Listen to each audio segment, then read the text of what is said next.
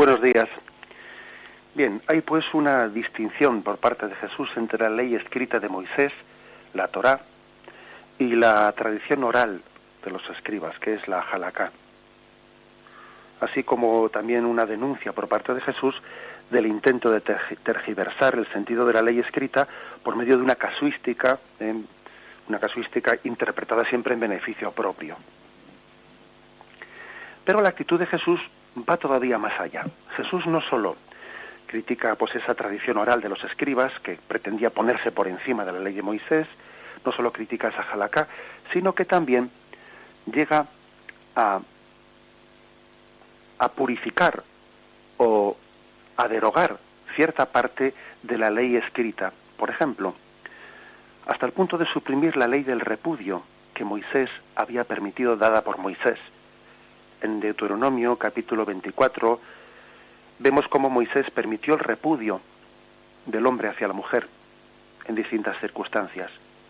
Sin embargo, Jesús dice: por vuestra dureza de corazón permitió Moisés el repudio, pero en un principio no era así. Dios los quiso hombre y mujer, unidos para siempre. Por lo tanto, lo que Dios ha unido, que no lo separe el hombre. Estas palabras de Jesús están revestidas de autoridad, porque Él está con ello afirmando claramente que la ley de Moisés, por lo menos en ese punto, era una ley transitoria porque estaba de alguna manera dispensando pues la ley de la indisolubilidad del matrimonio, parcialmente por lo menos por la incapacidad del hombre de poderla cumplir, porque no tenía la gracia de Cristo todavía. Yahvé, pedagogo y misericordioso con su pueblo, es consciente de que a veces los preceptos y la voluntad de Dios son incumplibles sin la gracia de Cristo. Y hasta que Cristo llegó, pues una parte importante de esa gracia, de esa voluntad de Dios, pues era incumplible para el hombre. Y por ello, Moisés había establecido en el plan de Dios de una forma transitoria, pues esa especie de dispensa de la indisolubilidad del matrimonio. Pero Jesús vuelve a la voluntad primera de Dios, porque ahora ya tenemos no solo la ley, sino la gracia de Cristo. Explicaremos esto un poco más despacio. Pero tenemos también la gracia de Cristo, y por eso Jesús deroga esa ley del repudio que que Moisés había establecido. ¿Qué reacción pudo tener pues unas palabras llenas de tanta autoridad por parte de Jesús? No nos es difícil de imaginar. Jesús estaba poniendo por encima de la Torá, se estaba poniendo por encima de Moisés. Jesús estaba interpretando a Moisés. ¿Quién puede interpretar a Moisés, que era el máximo profeta? Bueno, pues verdaderamente solamente Dios mismo. Fijaros hasta qué punto es esto así. Dice una tradición del Antiguo Testamento, incluso cuando alguien diga la Torá es de Dios, con excepción de tal o cual verso no pronunciado por Dios sino por Moisés en sus propios labios, hay que afirmar de él que ha menospreciado la palabra de Yahvé. Es decir, le podían acusar a Jesús de haber menospreciado la palabra de Yahvé por haberse atrevido a corregir o haberse atrevido a decir que aquello que dijo Moisés era transitorio y que ahora él venía a dar pues lo que iba a ser pues la ley eterna del amor indisoluble en el matrimonio. Asimismo, Jesús anula la misma ley de Moisés sobre el tema de la pureza, con esta expresión suya: nada hay fuera del hombre que entrando en él pueda hacerlo impuro, sino lo que sale del hombre es lo que hace impuro al hombre.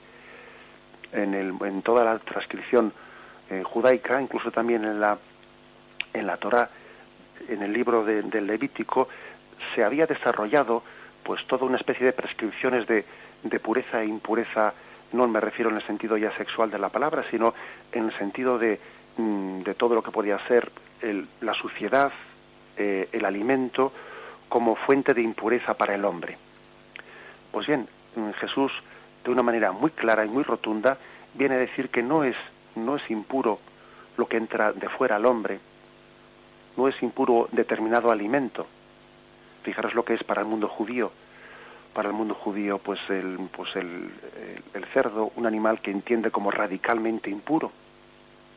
Fijar lo que es hoy mismo, incluso todavía en el Israel secularizado, curiosamente, porque existe también un Israel secularizado, un Israel que es muy seguidor de de las tradiciones judías, pero no tiene esa fe. Incluso el Israel secularizado, que come cerdo, ¿no?, curiosamente lo hace compatible con ciertos cumplimientos legalistas increíbles. El hecho de que en el Antiguo Testamento se diga de que no toque un animal impuro como el cerdo, que no ponga sus pies sobre la tierra de Israel, eso conlleva que en las granjas de cerdos que existen en Israel, a los cerdos no se les permita pisar el suelo, sino que haya unas tarimas encima de las cuales se posan los animales para no incumplir el precepto de que no pise tierra sagrada ese animal impuro, ¿no? Incluso la parte del pueblo de Israel que está secularizada y que no tiene esa fe del Antiguo Testamento, pues hace esta especie de podríamos decir, de casuísticas, ¿no?, o de trampas casuísticas, de decir, bueno, pues hemos comido cerdo, pero el cerdo no ha pisado el suelo de Israel, sino que estuvo puesto encima de una tarima a la granja, curiosamente, ¿no? Bien, es curioso, pero hay que decir que Jesús derogó esos preceptos, derogó el precepto de entender que determinados alimentos podrían hacer impuro al hombre. La interpretación rabínica era que el hombre es lo que come. Recuerdo que recientemente una joven judía me decía que el rabino les había predicado esto, ¿eh? El hombre es lo que come. Los alimentos son un sentido dan un sentido de pureza e impureza. Bien, también quizás hoy en día en nuestra podríamos decir civilización occidental secularizada, hay también una especie de cuidado muy grande de la alimentación, que por supuesto puede ser bien interpretado, pero también podría llegar a ser un tanto obsesivo. Jesús insiste, lo que verdaderamente hace puro o impuro al hombre es lo que sale de su corazón, porque en el corazón anida el bien o el mal. Del corazón es de donde salen verdaderamente el pecado o las entregas virtuosas hacia el prójimo. Ahí es donde anida el encuentro entre Dios y el hombre. Jesús está predicando una moralidad no de obras externas, sino una moralidad que nace del interior de la conciencia, del corazón del hombre. Es un verdaderamente profeta de interioridad, Jesucristo, que empalma también con la denuncia que muchos profetas en el Antiguo Testamento ya habían hecho sobre la superficialidad con la que el pueblo de Israel podía llegar a vivir el cumplimiento de la ley.